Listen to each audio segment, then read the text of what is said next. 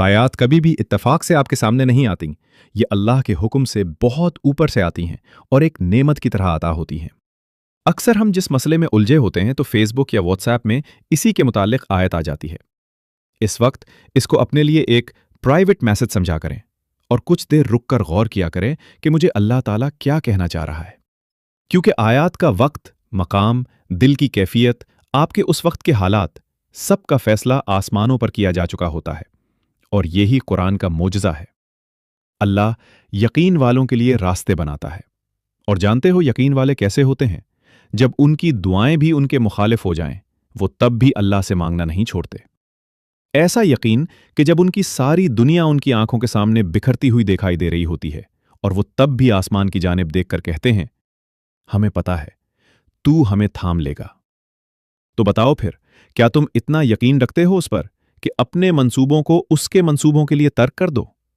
नहीं, तुम तो फौरन डर जाते हो और फिर जोर जोर से कहने लगते हो, अल्लाह ने मेरी दुआएं तो सुनी ही नहीं, भूल गए हो। अल्लाह कहता है कि तुम क्या समझते हो?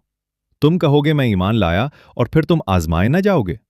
जान मारनी पड़ती है तब जाके अल्लाह मिलता है। यकीन की कड़ी आजमाइश काटनी पड़ती है, फिर जाकर मोजज़े होते हैं। तो फिर यकीन रखो, ऐसा यकीन कि अगर अल्लाह तुम्हें दाएं जानिब चलने का कह दे तो तुम चल दो, ये जानते हुए भी कि तुम्हारी चाह बाएं जानिब है। फिर देखो कैसे वो बाएं को दाएं तरफ ले आता है और तुम्हें उस रास्ते से अपनी कुदरतें दिखाता है जहां से तुम्हें कुछ भी मिलने की तवक्को ना थी। सब्र का मतलब ये नहीं है कि इंसान किसी तकलीफ या सदमा पर रोए नहीं। सदमे की बात पर रंज करना इंसान की फितरत में दाखिल है, इसलिए शरीयत ने उस पर कोई पाबंदी नहीं लगाई। जो रोना बेख्तियार आ जाए वो भी बेसब्री में दाखिल नहीं।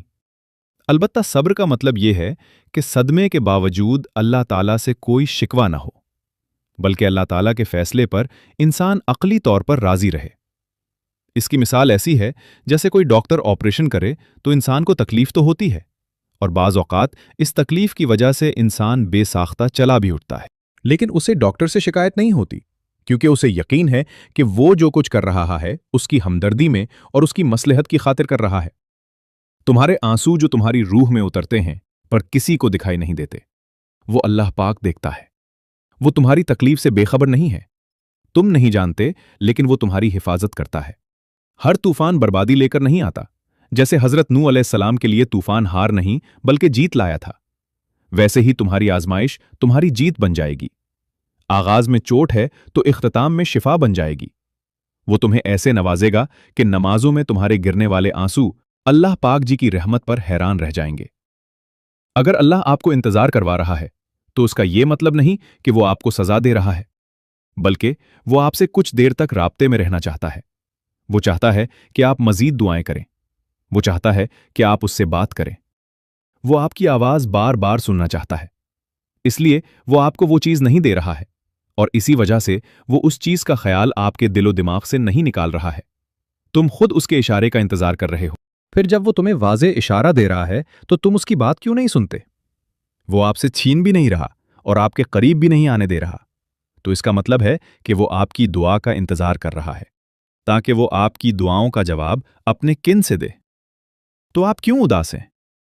तुम मायूस क्यों हो? बस अपने आप को कुछ वक्त दें और उस वक्त तक दुआ करना बंद ना करें जब तक वो किन ना कह दे। जाने से पहले एक काम जरूर करें, कमेंट में अल्हम्दुलिल्लाह लिखें और अपने दिल का बोझ हल्का करें। अगर आप चाहते हैं कि ऐसी मजीद वीडियोस आप तक पहुंचती रहें तो अभी फॉलो करें, क्योंकि आपकी सपोर्ट ही हमारी ताकत है।